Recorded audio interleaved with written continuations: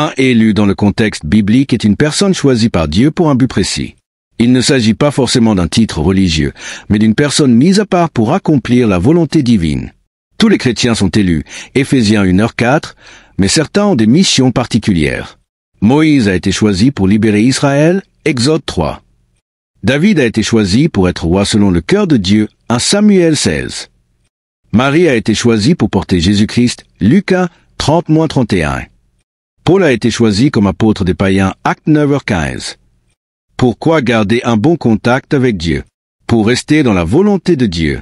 Jean 15h5. Celui qui demeure en moi et en qui je demeure porte beaucoup de fruits, car sans moi vous ne pouvez rien faire. Un élu qui se déconnecte de Dieu peut continuer ses activités, mais sans la direction divine, il peut s'égarer, faire des erreurs ou même nuire à l'œuvre. Saul, roi élu par Dieu, a perdu son contact par désobéissance et a fini rejeté, 1 Samuel 15. Pour recevoir les instructions nécessaires, Dieu donne des instructions spécifiques à ceux qui l'appellent. Le contact permet d'entendre la voix divine. Noé a reçu des instructions précises pour construire l'arche, Genèse 6, 13-22. Sans écoute attentive, il aurait échoué. Pour se ressourcer spirituellement, l'appel divin est exigeant. Sans contact avec Dieu, l'élu peut s'épuiser spirituellement. Élie, après un grand combat spirituel, s'est retrouvé abattu. Dieu est venu le fortifier dans la solitude, 1 Roi 19, 1-18. Comment garder ce bon contact? Par la prière constante. 1 Thessaloniciens 5h17, prier sans cesse. Prier n'est pas juste parler, c'est rester en communication. Un élu doit vivre en connexion permanente, pas juste ponctuelle. Par la méditation de la parole. Josué 1h8, que ce livre de la loi ne s'éloigne pas de ta bouche. La parole de Dieu est la boussole de l'élu.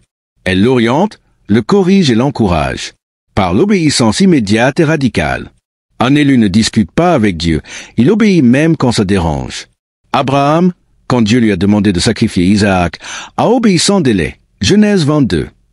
4. Par la sanctification. Hébreux 12h14, sans la sanctification, personne ne verra le Seigneur. Le péché coupe la connexion. Un élu doit veiller sur sa vie, sur ses pensées, ses actes, ses fréquentations. Danger de la déconnexion. Perte de la vision.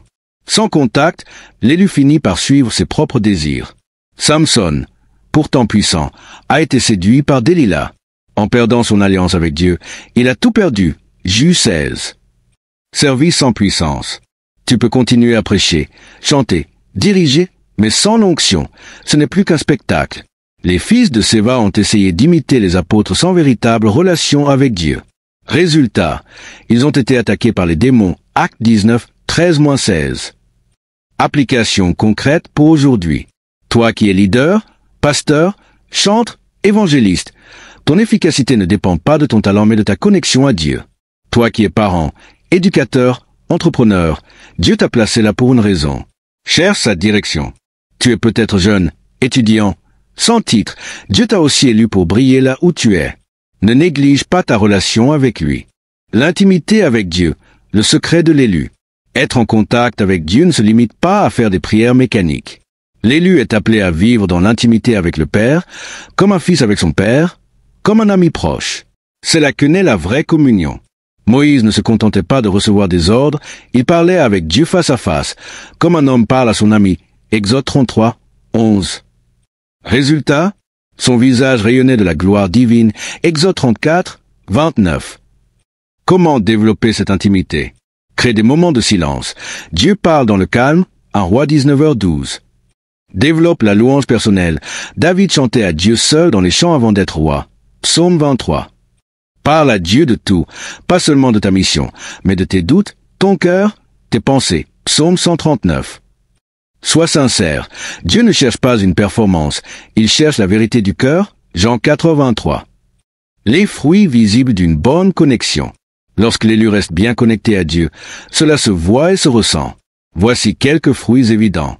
La paix intérieure, même en pleine tempête. Exemple, Jésus dormait dans la barque pendant la tempête, car il était en parfaite connexion avec le Père. Marc 4, 38-39. Des décisions inspirées et non charnelles. Exemple, Salomon, au début de son règne, a demandé la sagesse et non des richesses parce qu'il était connecté à la volonté divine. 1 Roi 3, 9-12. Des prières exaucées. Jean 15, 7. Si vous demeurez en moi, demandez ce que vous voudrez, et cela vous sera accordé. Une autorité spirituelle naturelle. Un élu connecté n'a pas besoin de forcer son autorité, elle s'impose par l'onction de Dieu sur sa vie. Exemple, Pierre, après Pentecôte, n'avait même plus besoin de parler. Son ombre guérissait les malades, Actes 5h15. Exhortation finale. Élu, ne te repose pas sur ton appel. Le fait que Dieu t'ait choisi ne garantit pas ton succès, si tu ne gardes pas un lien vivant avec lui. Dieu n'utilise pas seulement les talentueux, il utilise les dépendants, les intimes, ceux qui se tiennent dans sa présence. Tu peux être rempli de dons, mais sans relation, tu risques de devenir une coquille vide. Jean 15h6. Si quelqu'un ne demeure pas en moi, il est jeté dehors comme le sarment, et il sèche. Prière d'engagement. Seigneur, merci pour ton appel. Je reconnais que sans toi je ne peux rien faire.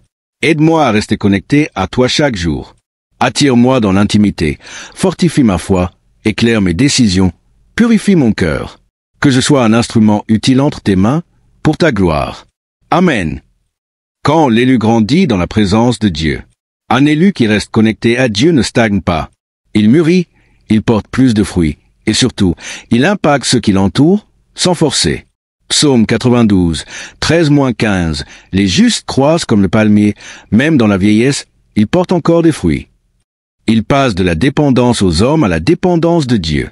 Au début, l'élu cherche des validations humaines, likes, applaudissements, reconnaissance. Mais en maturant, il comprend que le regard de Dieu suffit. Jésus ne cherchait pas l'approbation des pharisiens, mais celle du Père, Jean 5h41, Jean 8h29. Il apprend à attendre le timing de Dieu. Un élu mature ne se précipite pas. Il sait que la promesse de Dieu est sûre, mais elle a un temps fixé. Habacuc 2h3. Joseph, élu très jeune, a attendu des années entre le rêve et son accomplissement. Il est passé par la fosse, la prison, l'oubli, mais il est resté connecté. Résultat, quand son heure est arrivée, il était prêt, Genèse 41. Il devient un refuge pour les autres. Un élu mûr attire naturellement les personnes blessées, faibles, en quête de vérité. Il devient un arbre d'ombre de repos.